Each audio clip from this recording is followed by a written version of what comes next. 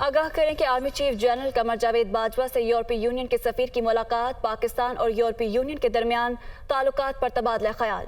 ISPR के मुताबिक पाकिस्तान यूरोपीय यूनियन के साथ ताल्लुकात को कदर की निगाह से देखता है। मुश्तरका मफादात की बुनियाद पर कसीरुल-जहती ताल्लुकात में वुसअत के लिए पुरउम्मीद है, ऐसा कहना है आर्मी चीफ की जानिब से।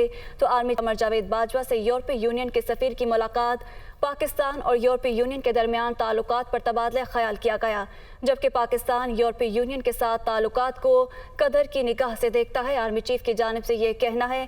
इसी बारे मजीद जानेंगे deputy bureau chief Islamabad Mohammad Imran से। जी मोहम्मद इमरान, आगाह कीजिएगा इस मुलाकात बारे।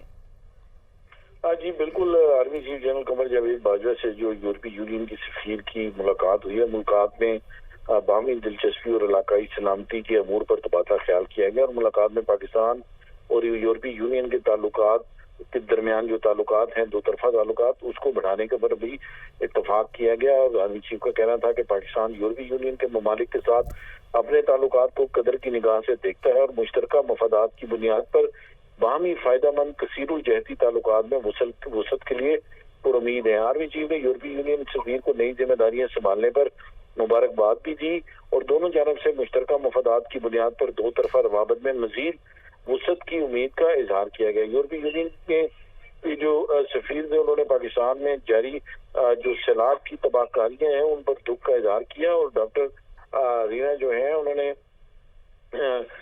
कहा कि सैलाब मुतासरीन के अहले खाना से दिली ताज़ियत की और हर मुमकिन मदद और ताउन का यकीन दिलाया। तो मदद और ताउन का यकीन दिलाया। बहुत शुक्रिया मोहम्मद इमरान, हमें अपडेट कर रहे थे।